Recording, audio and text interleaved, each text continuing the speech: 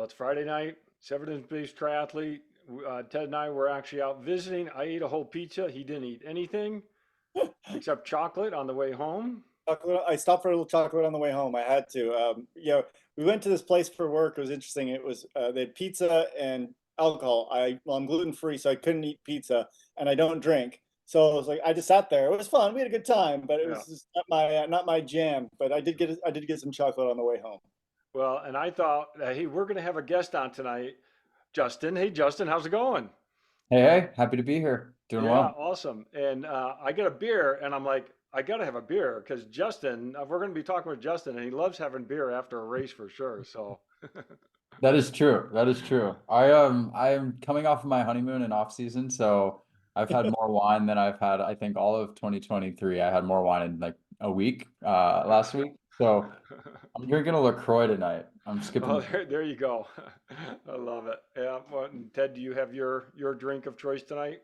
I got my spin drift, but I gotta tell you, as we're finishing off a dry January, but I'm always dry, so I haven't Yeah. drank in years. But I've come across 0% gin, Oh, okay. and believe it or not, I've been That's drinking just water, right? gin and tonic. Oh no, it's good. I've been drinking gin and tonics this week. The question is, if you drink alone, I know that's a problem, but if you drink alone and drinking 0% gin, is that a problem? There you go. I I don't think so. So, Justin, I don't know if you know, but it's an ongoing joke with John and I about athletic brewing. And I used to have an athletic brewing beer every single podcast with the Okay. hopes, and I drink it live with hopes Yeah. that eventually we would be able to get a sponsorship from athletic brewing. But that's never come to fruition. So maybe the gin company might be Hmm. might be our next sponsor.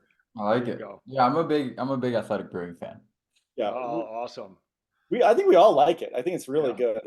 You know, it's just especially for someone like myself who doesn't drink beer because I don't drink alcohol.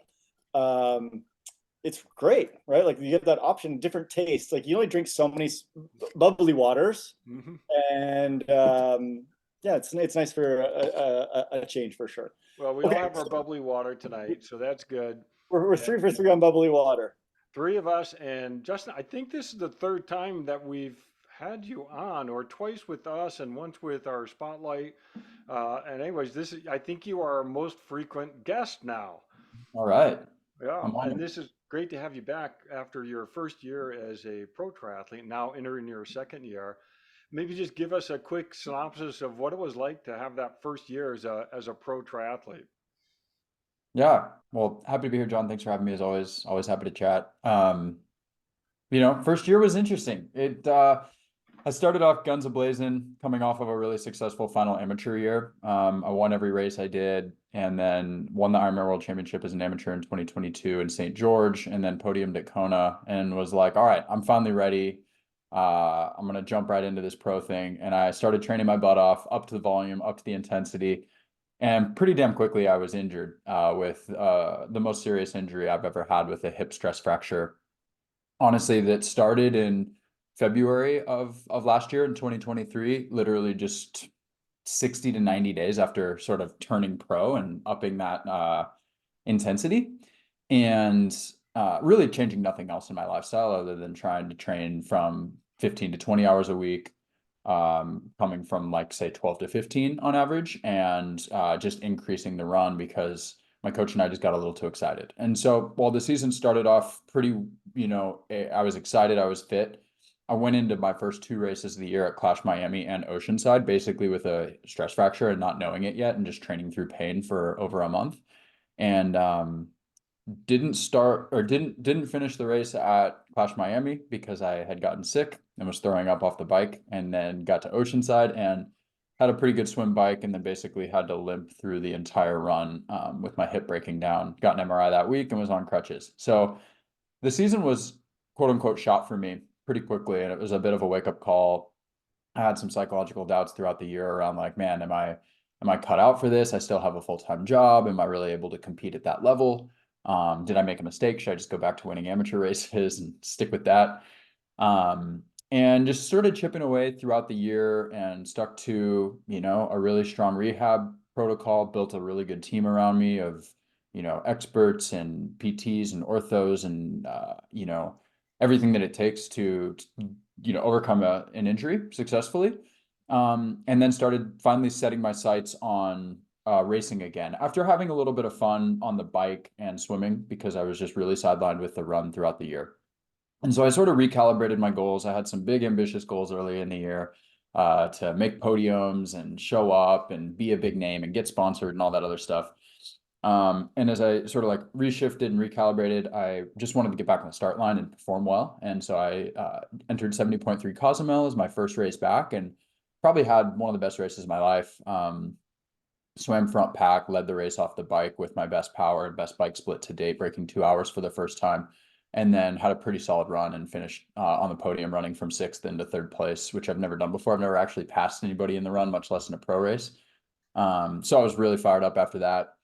And then trained hard through October and November and finished my year with a double, my first ever back-to-back weekend 70.3 races, where I raced Indian Wells in December and then raced the next weekend at Challenge Ecuador, where I finished 3rd again on the podium. So I basically got 3 solid pro races in this year, all between September and December, coming off of a full season where I was basically injured the entire time. So I'm now with the season behind me and it's January and I just took a 2-week off season on my honeymoon without any swimming and no biking for 18 days, which is the longest break I've taken, I think, in the last 6 years or something crazy off the bike. I'm really fired up because I feel like now it's my rookie year, to some degree, because it's the year where hopefully I can actually be consistent and build that consistency that we know the sport takes to be successful. Awesome. So I want to know what you've done, maybe mentally or physically, to change, or what has changed post-injury compared to pre-injury. Because I think that's a question like a lot of people have is like, you said it, already, you're a little bit too gung-ho, a little bit too excited maybe. Like what have you done differently, or what do you plan to do differently, I guess, as you build for this year compared to last year? Yeah. I think mentally, Ted, it's been about resetting expectations. Like there's some different philosophies with building training plans and approach day to day, week to week, obviously, whether it's physiological or psychological. But I think part of the problem was I was like, all right, I need to run 115 to be competitive in the pro field. And going into my professional rookie year, I was running 118 basically every time. I'd done it like 4 times, maybe 117 once. But I was like, all right, what do I need to do to run 115? Well, I need to run faster and do more reps and run more key sessions harder. And I just sort of like slammed that approach week in, week out, over and over. And I wasn't listening to the signs of my body quite well enough around recovery and doing sessions on smashed legs and where is that limit and where's that line. And when you haven't found it at that level, when you're training 17 to 22 hours, you don't really know where it is. You're like, man, maybe this is just normal. Maybe this is just how pros have to train. Like you're just freaking sore and tired all the time. And when it hurts, you keep going. And there is a balance between training really, really hard and not hard enough. And so the mental approach now has shifted to, I would say, like the outcome is the outcome and the output is the output, and just control the program to make sure that day to day and week to week you're balancing the load. And it sounds so simple and it's just so complicated to know.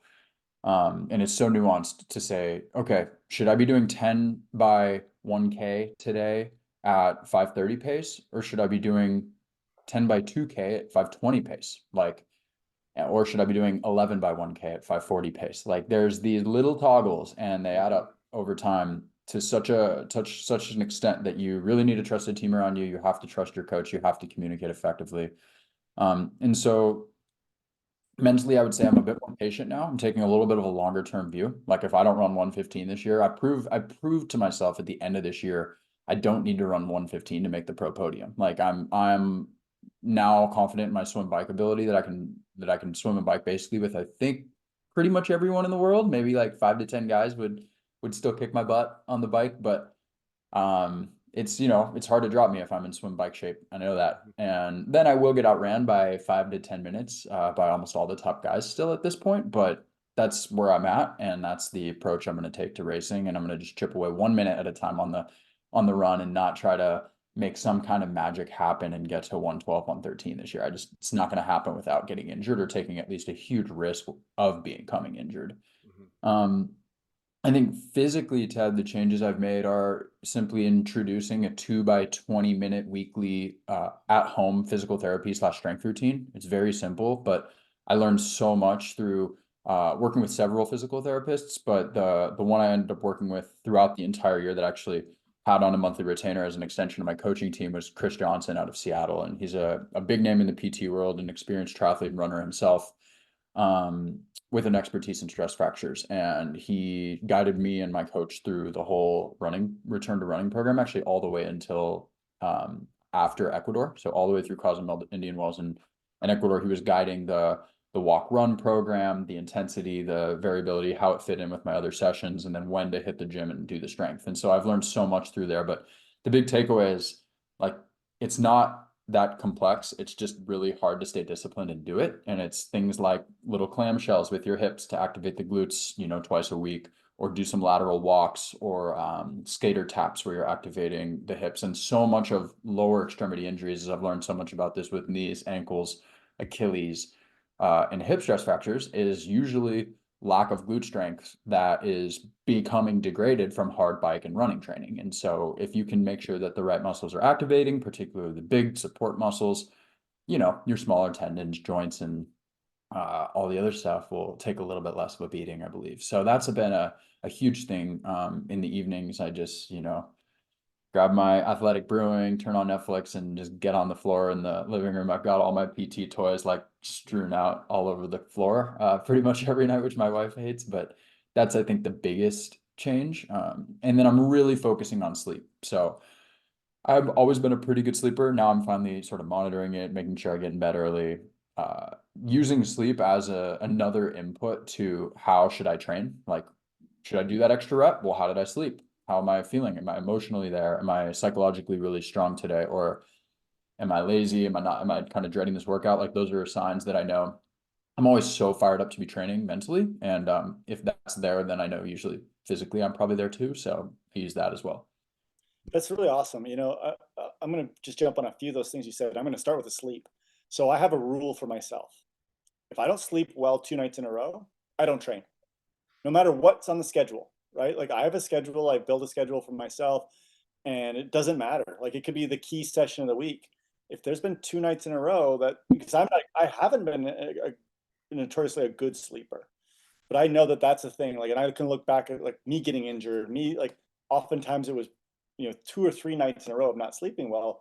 But like, we can get past it, like, as athletes, right? We can always get past it. I'm like, yeah, because once you get going, you're like, you know, your endorphins are going, your enkephalons are going, and you're like, I'm good.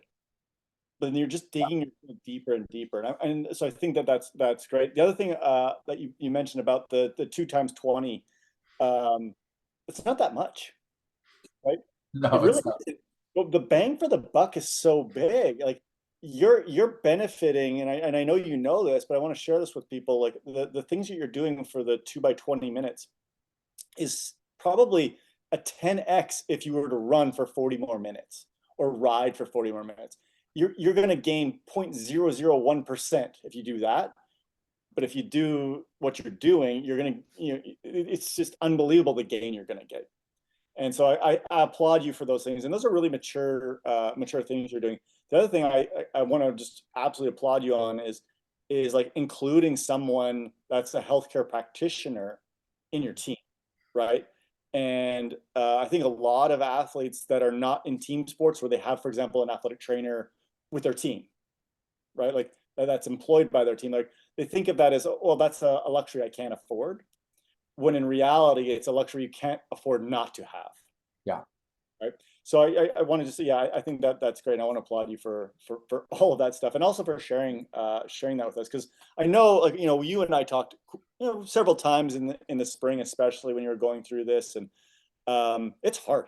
Like, it's super hard to do this and to open up your, you know, about this stuff is it's awesome because so many of the age groupers go through exactly what you went through, right? Like maybe not the same pressures, like your rookie season turning pro, but they feel the pressures as well. It's just a different it's a different type of pressure. Yeah, it was less pressure. I mean, I still obviously I had my full-time job in tech marketing that I poured myself into a little bit during the injury, and I had other outlets, but it's just mostly just disappointment. I mean, you put so much into this, whether you're an age group or a pro, and you train hard, you've got these big plans, these big goals, your flights are booked, and all of a sudden everything's flushed down the toilet. Like that just sucks. And so I stayed positive, but it was just tough, but the other thing about an injury like that is if you're taking it seriously enough, you basically grieve and complain for a day or two, and then you're working just as hard to get over it. I got in the water and swam 30,000 yards a week for a month with only paddles and a buoy like every day. And I'm aqua jogging for an hour, which is the worst sport ever invented. So, Oh, loves it, by the way. oh, hate aqua. Yeah. So and then I'm doing zone 2 10 hours a week pretty quickly on the bike. I'm avoiding the running, but when you look at the volume, the training, like you're basically doing all the least fun stuff, the same amount of time to maintain all the fitness you've worked for years. And I credit my podium finish in Cozumel in September to all the BS I was doing through injury, May and June and July, to minimize the loss to some extent. But I applaud anyone who's gotten over an injury. I've learned a lot. Always happy to talk to anyone who's going through it, particularly a stress fracture, because when you get the stress fracture diagnosis, man, you think like, oh, it's got to be tendonitis. It's going to be 2 weeks off of running. It's going to be, I'll be back by St. George. And I'm like, it sets in that you're not racing for 5 months, at the minimum, minimum. And you're probably not going to be back to where you were for 8 or 9. So, oof, that day is always tough. It's a broken bone. Yeah. That's what it is. It's a fracture. So I love this information, and as Ted said, and you did as well, as age groupers are dealing with this too, and a lot of times we have this mentality: no pain, no gain. So I'm wondering, even, and you gave a lot of great insight on training and watching things now, but was there a sign that you maybe have missed, that you missed, that you could have said, okay, I'm going to back off, which is so hard to do. But was Yeah. there something now that you're watching for going forward? Yeah, there is. I mean, it's basically taking any kind of pain or sensation just much more seriously. And I already actually have. I've had some knee patella tendonitis that I was on the other side, the other leg, that I was navigating through the fall, just returning to running, and then going back right back into racing. I don't think I rushed back, but I fully acknowledged, like, as I came back into racing this fall, like, haven't run in a while. You're gonna go race back-to-back 70.3s in 2 continents, back-to-back weekends. Like it was tough. So but then I just listened to the body and I took time off. I got back into PT early. I was skipping sessions if I felt anything off at all. And Mhm. really, I think it's I think you need to speak to a healthcare practitioner as part of your team. That's been a big thing because as soon as I had the knee pain, for example, I'm sending a photo to my PT. We're talking on the phone. We do a quick video call. He says, "Oh, that's just tendonitis. You're going to be fine. Start doing some squats, but don't stop training." Like that's a very different response to, "Hey, I've got some dull, aching hip pain after my hard runs that I don't have before the run or during the run." Like red flag, that's a stress fracture or a stress reaction. And if you have that, I think there's an interesting thing my coach and I shared, and again, don't take all this with a grain of salt, but it's like if you have the pain before the run that goes away, it's probably tendonitis because it's warming up and feeling better. This isn't always, but this is kind of a mental rule I use. If you have some pain after the workout that's not there before or during, that's like big red flag. Be careful. That could be stress fracture, and it's getting worse with intensity and volume.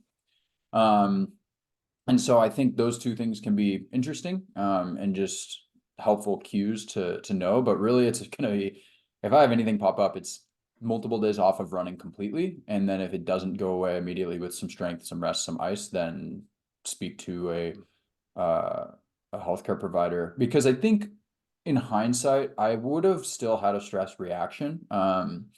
Because they say like once you feel the pain, in the hip, in the femur, in the big bones, like it's kind of too late potentially, which is a scary thought because you really have to monitor the load and the training and the fueling and the sleep before you feel the pain to avoid those things.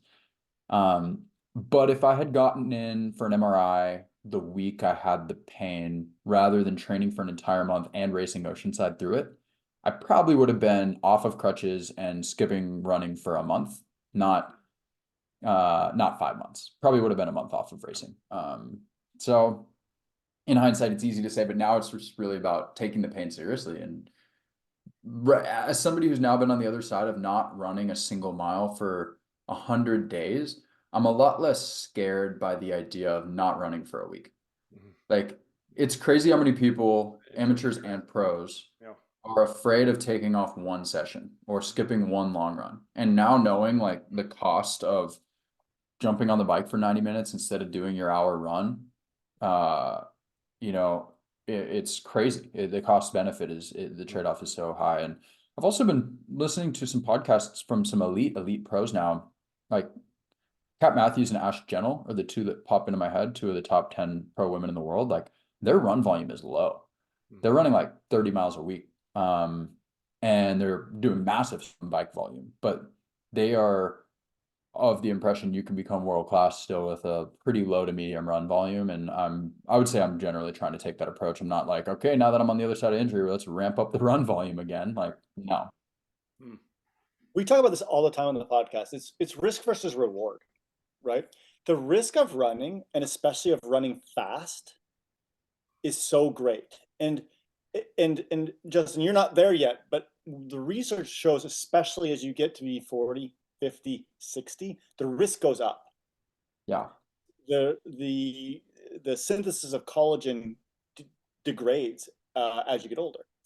And so if we can get the aerobic benefit of biking and swimming, we don't have to run nearly as much.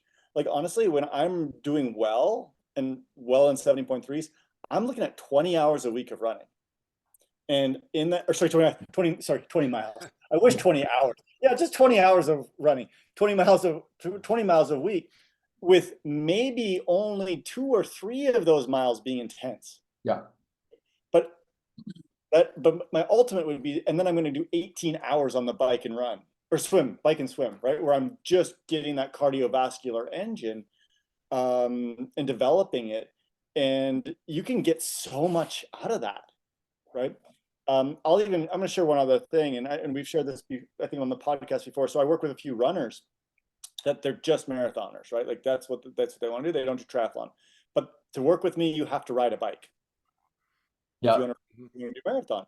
And we're seeing such great results, right? And they're doing 4 or 5 hours a week on the bike, but they're not having to do so much running. And, but it's kind of funny. By the time they usually find me, they find me because they have injury history, right? Because that's my world is working with people with injury. I'm like, this is how we're going to solve your injury problem. You're not going to do 70 miles, 80 miles a week running. You're going to do 40 and 50, and then we're going to supplement that with biking. And at first it's like, oh, I could never do that. I can't sit on the bike that long. I'm like, well, no, we'll build you up slowly. Like, so in triathlon, we have this benefit, right? Like, not only are we going to bike, to stay off our feet, but we have to bike to be great at triathlon anyways. Yeah. So yeah, I think it's a super interesting that you're coming across these high level pro women they're basically taking this approach. Yeah. Yeah. And I mean, I proved it to myself last year, right? Like, I improved my Indian Wells time against a stronger field with a slower run in the race. Like, triathlon is 3 sports. And so the beauty of it is, if you get injured, if you have a shoulder injury and you can't swim, you can get stronger on the bike and the run. If you can't run, I mean, I channeled all that energy into just becoming a monster on the bike last year, and I improved my swim threshold by like 3 or 4 seconds per 100. So that's the other thing. It's like, yeah, my run hasn't made a ton of progress in the last year, but my swim and bike sure have, and that's made me a better triathlete. Exactly. Okay, we want to switch gears a little bit. So I don't remember what it was. In the middle of summer, you reached out to me and like, hey, I'm thinking about buying an Audio aero sensor. What do you think? And so we kind of went back and forth, and you ended up buying one, and you ended up doing some work with it. So I think that a lot of age groupers have seen aero sensors. I know John and I have worked a lot with an aero Mhm. sensor. Can you talk about your experience with an aero sensor and doing aero testing, and maybe what you learned along the way? Oh man, I feel like I've got some, I don't know. I have like some strong opinions about this, and then I'm also sort of still very much in learning mode, like every other amateur watching Lionel Sanders' YouTube channel, and he's on the Velodrome, and then I'm looking at Fred Funk in the wind tunnel and seeing Matt Marquardt, another American, fly to London and drop 5 grand on a weekend trip from Ohio just to like save a few watts and send me a photo which looks like, oh, I moved my bottle from here to here. I'm like, okay. So there's all this nuance, especially at the pro level. There's a lot of noise. Everyone has sponsors. Everyone's in the wind tunnel testing kits and looking at wheels. And I think I sort of started looking at all that and said, man, well, I'm a pro now. I'm a front pack cyclist. Like, I need to be doing this. Or at least wrap my head around every single watt that I can possibly save. And it's something I've been doing for 5, 6 years. You know, if you're a data nerd and you're training hard, you obviously want a solid bike, a well-fitting kit, a decently aero triathlon helmet. You probably shave your legs. Like those are the easy wins, you know? And I was writing this down earlier because I was thinking about this question, Ted. I think there's like multiple tiers before I get to the aero sensor, right? There's like all this stuff before the first answer is like 99% of people, maybe even including me, should not be thinking about buying an aero sensor because there's a lot of things they can do before that. And the first thing is like make sure you're on a decent TT bike because a modern TT bike rather than a road bike or an outdated one is going to be so much faster and so much more aero. I think the second thing is like I always thought of things as watts per dollar. So they're Yes. like shaving your legs. It's like 10 watts.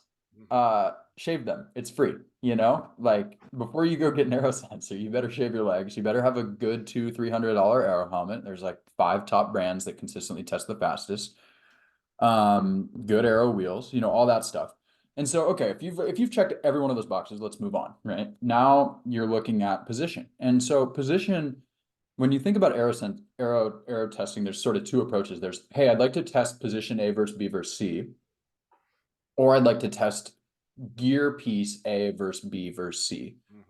Mhm. And that's where it gets pretty nuanced. And I'll talk about my results and testing and all that stuff. But before you even get to that, there's like dialing in your position with a really solid bike fit is going to be the biggest aero gain you can make after you've sort of checked the big boxes of gear. So, okay, you have a good bike, you have good wheels, you have a helmet. Now, what do you look like in a mirror? You know, how small are you? How tight are your shoulders? What are you doing with your arms and your movement on the bike when you're riding? Um, and that's a bigger thing for people. And I see so many amateur bike fits. You see those, you know, the finisher pics race photos where they're on the side and they're like this up against their bike, or they're looking straight up, or their arms are this wide. So I look at that and I say, okay, the first thing you need to do is get in a really tight, aggressive aero position, get comfortable there, build the core strength, build the back strength. Okay, now after a year, once you've established that, we'll move on. Now we can talk about aero testing. And that's kind of where I was. And so for me, there was all this rage with the water bottle on the kit, of course. There was a lot of rage about where to put your bottles on the bike frame. So is an an aero bottle on the frame on the down tube or the up tube faster, or should you remove it completely? Um, and then there's sort of this idea of the front end, or a lot of the top pros, you'll now see one piece custom carbon front ends. Magnus Ditlev, Sam Laidlow, like almost all the top guys seemingly have them now, and they're, you know, anywhere from 2 to 4 grand, fully custom.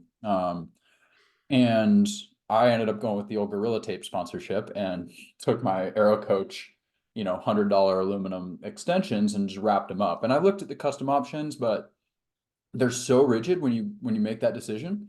You can't really change your fit at all after that. You can't bring it onto a new bike. So there's a lot of decisions to be made if I want to make that investment this year or not. But um, when I went to buy the no-show, I was like, this is a $600 purchase that, well, actually 300 since we split it, Ted. So I'll be heading your way this year.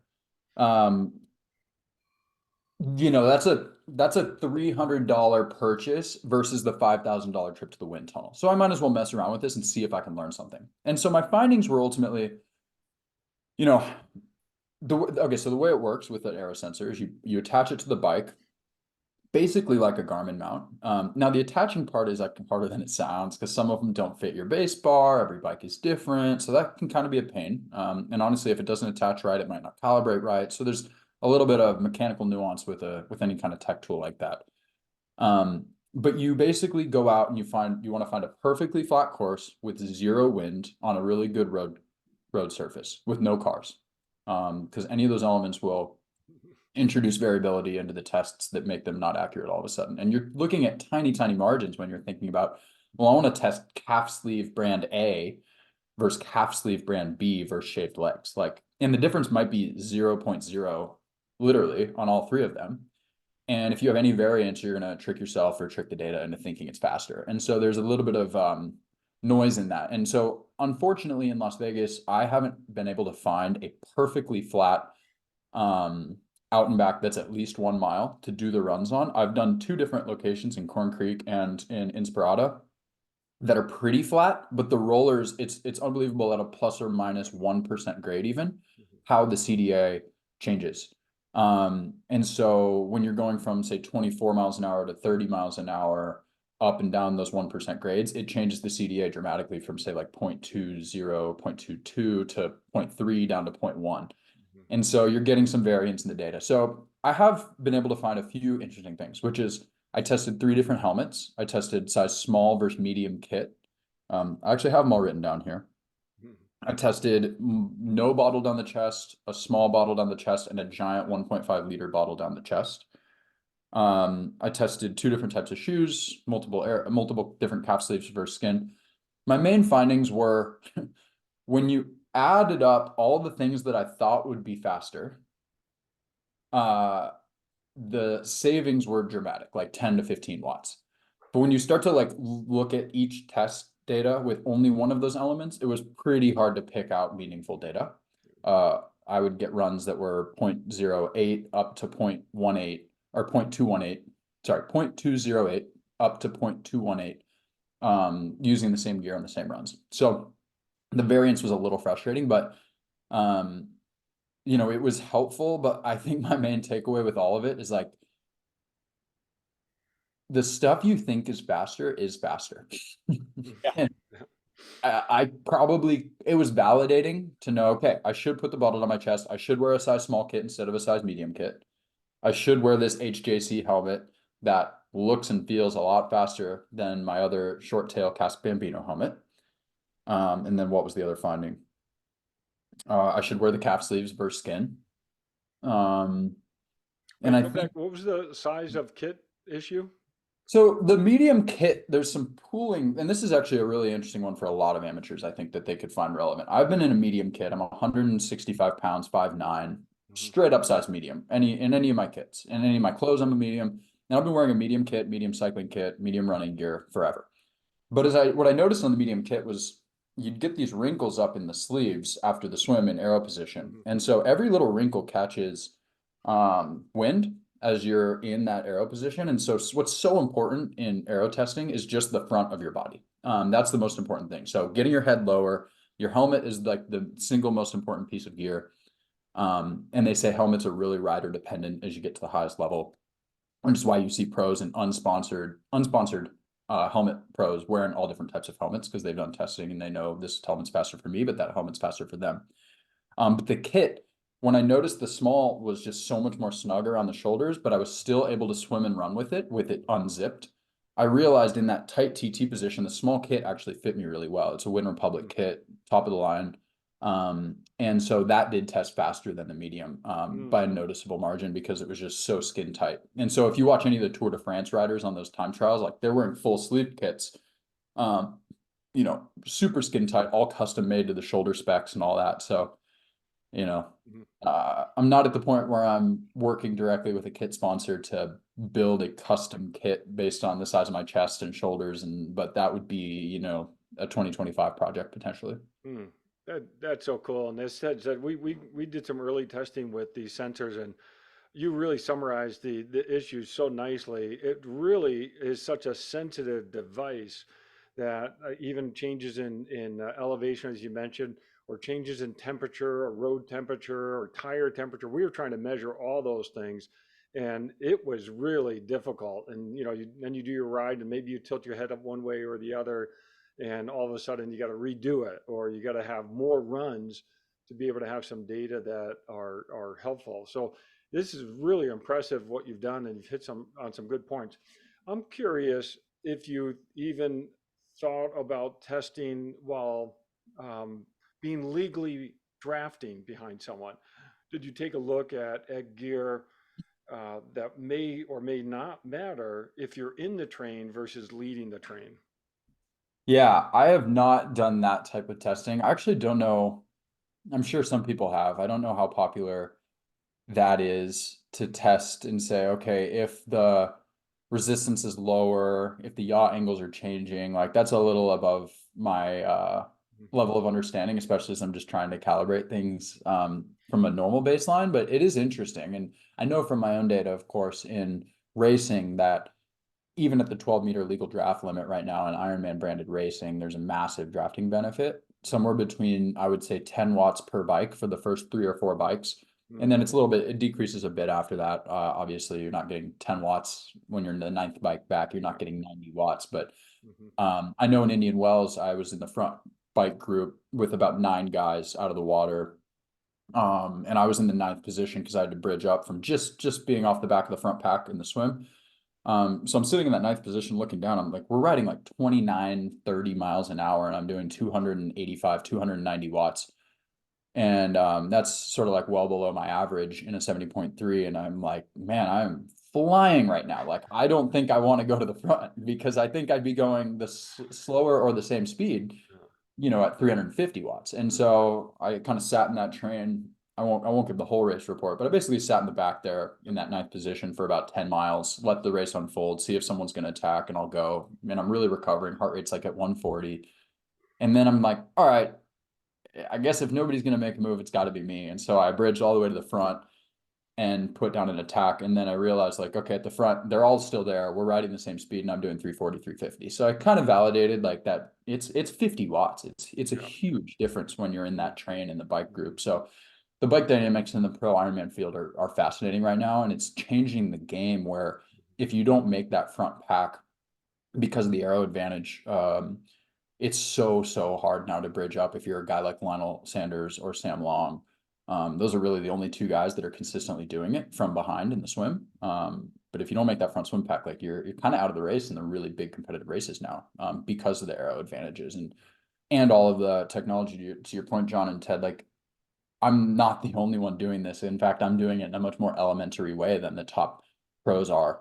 And so that is something I'm lightly interested in, but I've also realized with the no-show, with the aero testing, it can become a big distraction. Like just to go out and do a session like that, you're riding at 310 watts to get the test data. So you're committing to say a 60 to 90 minute full threshold, full race effort session. And you're not really locked in on the work. You're fiddling with toys and you're stopping to change helmets and look at the data. And then the thing doesn't save and you're like, want to punch the ground. So there's all this stuff. I'm like, if you're trying to do this like every month, it's very distracting. And like sometimes your risk cost benefit, I guess, of just putting your head down, saying, all right, this is my gear for the next 6 months. I've got it locked in. I got my position. I got my race set up. Now I'm going to revisit that. This time of year is the type of time of year to say, okay, what bike am I going to be on? What am I going to wear? Yeah, I can tell you that when we were done with our testing, I was done with the testing. I was like, I'm glad we got that done. You That spent was a lot of work. hours, Yeah, like yeah, hours and hours and hours and hours, yeah, and we get bad data, Yeah. right? Like a whole day outside yeah. and get bad data.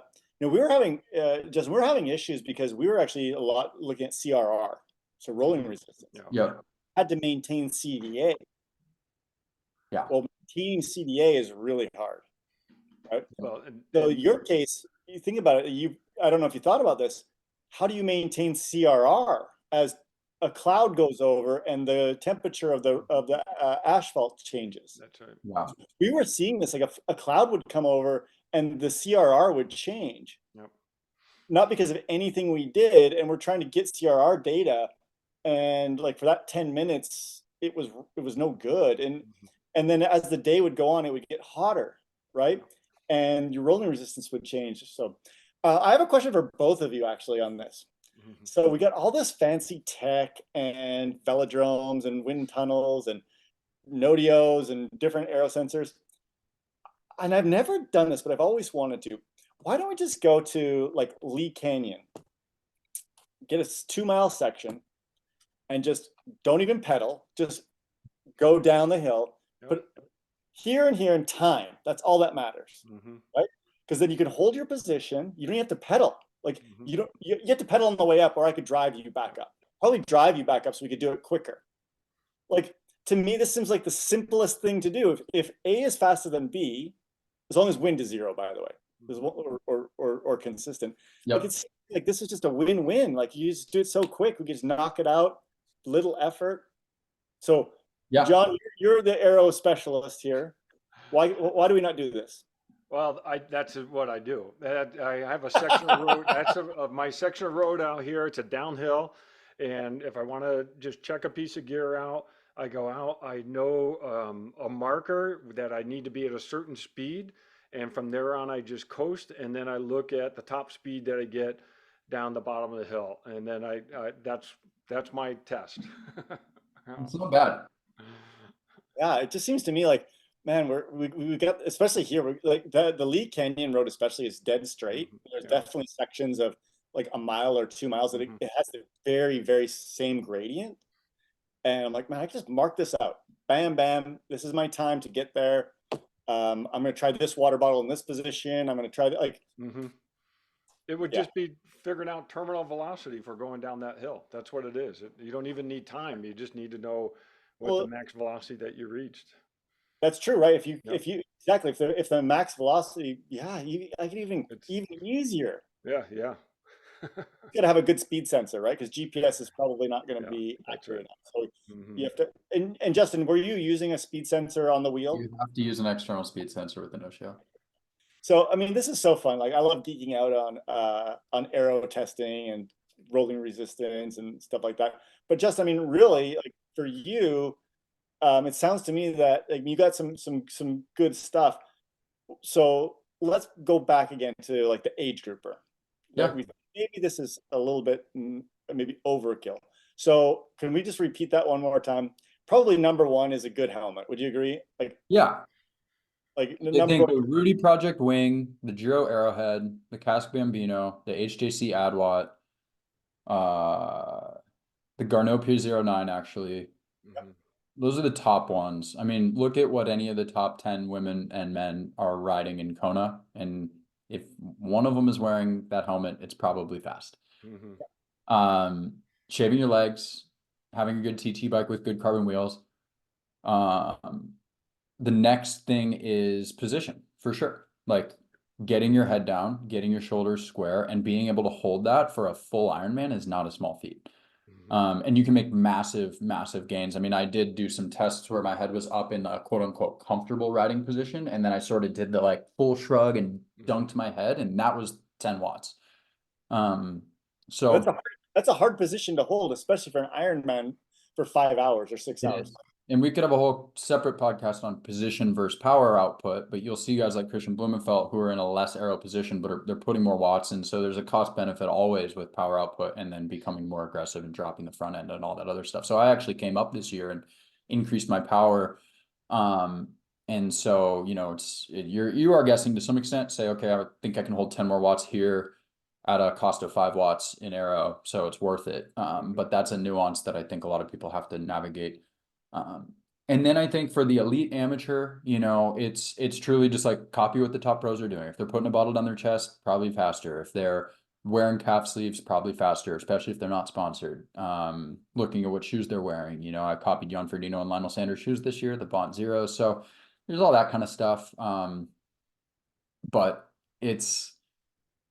It's and then I think tires is a really important one. You know, I've talked to a lot of amateurs that are running like Conti 4 seasons, or they still have butyl tubes. Like latex tubes or tubeless is a huge watt savings over, you know, a lot of the nuance that we've talked about. So I also think calculating your PSI using an online tool, the Silka tire pressure calculator is quite a good tool. So I bought $10 calipers. This is getting a little bit in the weeds, but I think actually elite amateurs should be thinking about doing this, which is you buy $10 calipers that measure to the point nearest millimeter, and you pump your tires to 80 psi or whatever it's going to be, and actually measure the width, because my NV tires on my road bike, for example, are 29 millimeter tires, but when you pump them up, they're 31.2. They're not 29. Yeah, right. And when you actually, and my TT bike, like I've run Victoria Corsa, which have the lowest rolling resistance of any tire ever made, even lower than the Conti GP 5000s, which I've always raced in,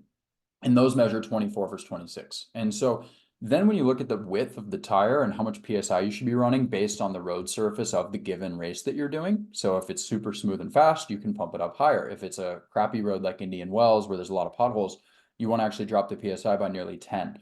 And so this tool allows you to basically say, what's the road surface like? How wide is your tire measured with calipers, and what's your total system weight? So you pick up your bike with all the bottles filled up in your gear, helmet, shoes, everything, stand on a scale, and you input that number, and it'll give you a PSI to the nearest, you know, single digit. And so knowing whether you should be pumping your tires to 87 versus 97 versus 77 is a huge speed savings over the course of an Ironman. And that's been something I've looked at race by race, saying, okay, what's my PSI for this specific race on this course in this weather with this setup? And that's something I think actually it's pretty cheap. It's pretty easy. It takes a little bit of work, but it's worth the trade-off and worth the effort. Well, I love that you did the tech approach to aero testing, because that's the road that we went down as well. And I think even though it's so hard, it still gives you this appreciation of all those little things that can add up to a big thing. And even, I imagine that you're even taking some of these tests that you did and even translating that to what's happening during a race. You get out of the swim, you got to make sure that everything's smooth, or people need to spend some time getting their helmet strap right so it's fit right. So I really like this, but I also like the pragmatic approach of just these tips that an age grouper can apply. So that's just really neat to see this develop. Yeah, Yeah. I'm gonna get on that just little piece. Like I've seen, a few years ago, people started wearing calf sleeves, and I did too. Hmm. And you're behind somebody on the bike, and their calf sleeves all bunched up, Yeah. right? Because they didn't take the time. Because I got to get on my bike and I got to get going from the swim, and they pulled the calf sleeve on, and I'm like, you just actually made it worse. Hmm. Your calf sleeve all bunched up with the wrinkles. You actually probably now have drag instead of reducing drag. So you're right. I think doing the testing, you start to recognize how important those little things end up being. That's great. Yeah. Yeah, absolutely. The trade-off is like, okay, how many seconds over a course of an Ironman am I saving by putting on calf sleeves and making sure they're smooth? And Sam Laidlow famously in Nice this year, who went on to win the world championship, Hmm. I believe spent over 45 seconds in T1 putting on knee-high calf sleeves. Right. And you see something like that and you're like, okay, this isn't they're not messing around. Like this is real gains, real speed. Oh, I love Um, it. Well, we had so many topics we want to get to. Ted, did you have another one you want to? I just wanted to quickly, we got about 5 minutes left. Justin, can you tell us the plan for this year, your racing schedule, that what you have so far, just so people that, I know there's a lot of locals, especially that like to follow you, and Yeah. we'd like to find that out if you don't mind. Yeah, absolutely. I mean, it's an exciting year in the pro sport. There's a lot going on with the rise of the PTO and the new series that hasn't quite been announced, but the announcement of the Lake Las Vegas Open is pretty exciting for the sport and for everybody. I know I'll be there watching. If I'm obviously lucky enough to snag some kind of lucky wild card, I would be super grateful, but probably unlikely to happen at this point. So really my focus is going to be racing the biggest and most competitive 70.3s in North America this year. I've gone back and forth whether or not I want to target smaller races like what I would consider to be like a Cozumel or a Challenge Ecuador, the two races I just came off of with my podium finishes. But I sort of proved I can do that. And I'm not in this to make $1,000 here and there. That's not my approach to the sport. thankfully, with a job that I don't plan on leaving anytime soon. So really, I want to just put myself up against the best, like I did in Indian Wells, where I finished 11th, and I think I can improve upon that. So my race schedule is going to be 70.3 Oceanside in April, which is the first race of the new Ironman Pro Series, which is a 16 race global series with a big $1.6 million bonus pool at the end of the year based on points that you accumulate in your best 5 races within those 16 races. And so I'm not necessarily going for the Ironman Pro Series because the nuance there is that full Ironmans are worth twice as many points as a 70.3, and you can count up to 3 of them. So to be competitive in that Pro Series, you basically are going to have to do 3 out of the 6 full Ironmans this year. One of those 6 includes Kona. And so I'm not in the position coming off of a year of injury to go do 3 full Ironmans this year. I'm not interested. I think my body would break down, and I actually haven't performed that well in the full marathon of an Ironman yet. But I am interested in entering all the big 70.3s, which include Oceanside, St. George, which obviously is kind of our like token local race here, and a course that I think will suit me really well with a tough bike course. And then I'm going to go to Mont Tremblant 70.3 in June. And then I am going to try my hand at Ironman Lake Placid, the full Ironman part of the Pro Series in July. There are 4 Kona slots up for grabs. I told my coach, hey, if I think I have a 20% chance of getting one of those 4 slots, which I think would mean I'd have to go top 7, I would guess, because some of the guys will have slots. It's actually the last North American Kona qualifying race. Then I want to try it because I think if the race dynamics play out perfectly in a way where a swim group gets away and then that swim group has bike firepower and the bike group gets away, and I can get off the bike with this sort of like elite group of 5, maybe with a 10-minute gap. I think I'd have to run a 250. I've run the numbers. Like Josh Amberger finished 4th there last year, ran 254. Which is a pretty slow marathon in the pro field these days. It's crazy, the level. So I'm really excited. That's all I've planned so far. If everything goes perfectly, I'll grab a New Zealand qualification slot at some point and go to 70.3 Worlds. And then obviously Kona would be a dream. If that doesn't happen, I'll probably target a few other regional 70.3s in the fall, maybe Cozumel or Santa Cruz. The schedule hasn't been released yet, but I'm really just looking to make a big impact and take down some big names in those, in particularly at Oceanside and St. George, where I've got some guys on my list that I think I can beat on a perfect day. So I'm excited about that. Awesome. And I think Oceanside fits well with your bike as well, right? And your swim bike even, because it's a hard swim. It is a hard swim and a hard bike. Well, we're wishing you luck, and obviously we're going to be. John and I will probably be at both those races, I think, and maybe participating, maybe just cheering you on. But we'll definitely be keeping in touch with you and keeping track of you. Yeah, thank you. I'm excited. Awesome. Hey, Justin, thanks so much for doing this again. Really enjoyed talking with you. And like Ted said, we're going to enjoy cheering you on either in person or electronically. So this is great. Yeah, thanks so much. Always happy to chat anytime, guys. All right. Thanks, everyone. All right. Have a good weekend, everybody. Bye. Thanks.